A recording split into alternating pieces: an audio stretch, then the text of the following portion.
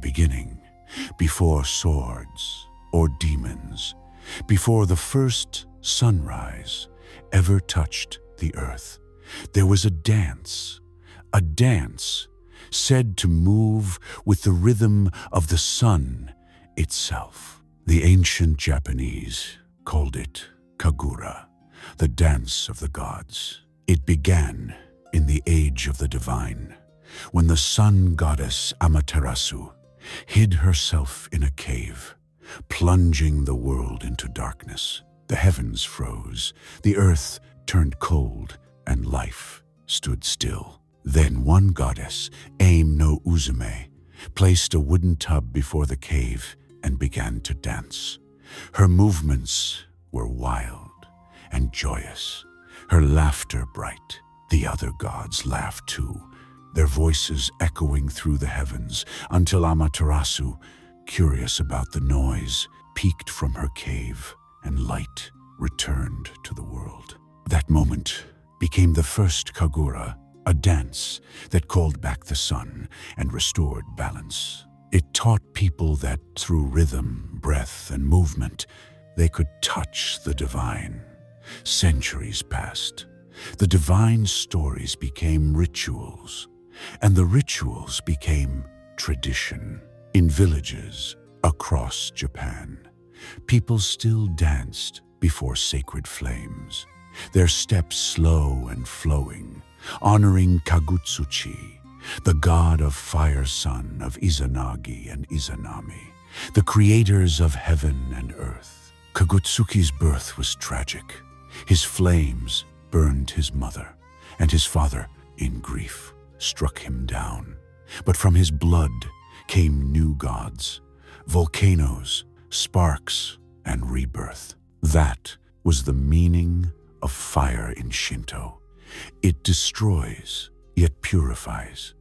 It ends, yet begins again. To honor this power, villagers performed a sacred dance called the Hinokami Kagura, the dance of the fire god.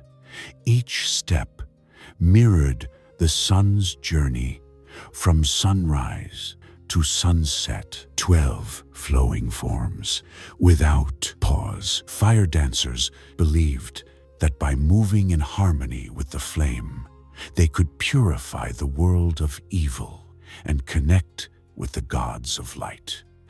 High in the mountains, one small family, the Kamados, continues that ancient tradition every new year.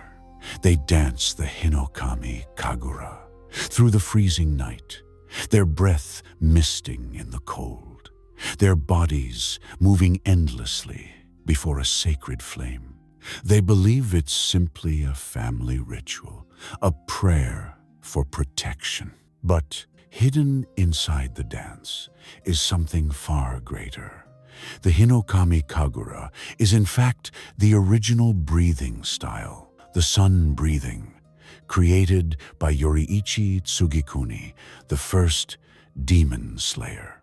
Yoriichi's movements were so fluid and perfect that his swordplay resembled a dance of sunlight. When he met a kind family who admired his rhythm, he passed it to them, not as a weapon, but as a ritual, and that family became the Kamados. Over centuries, what was once divine swordsmanship survived only as a simple fire dance, until Tanjiro performed it again. When Tanjiro breathes, like his father once did, his blade ignites in flame. His movements echo the 12 continuous forms, each one like a stage of the sun's arc across the sky. And when he completes them all in sequence, he reaches the 13th form, the eternal cycle, the sun that never sets. These 13 forms aren't random. In Japanese cosmology, the sun's path was divided into 12 hours, or 12 months, representing the natural rhythm of life. The 12 forms of the Hinokami Kagura reflect that cycle: the birth, rise, decline, and rest of the sun. And the 13th form binds them all together, symbolizing rebirth, the eternal return of light. It's the same story, told by the gods: Amaterasu returning from her cave, Kagutsuchi's fire destroying and creating anew, Uzume's dance restoring laughter to the world. Tanjiro's movements carry all of it myth, turned into motion. His dance is both a weapon and a prayer, both destruction and purification. Every slash burns away darkness, just as fire was once used to cleanse impurity in Shinto rituals. So when Tanjiro spins through flames against the demons, he's not only fighting for survival, he's reenacting an ancient divine rhythm, the same one that brought back the sun at the dawn of creation. Thus, the Hinokami Kagura is more than a breathing style.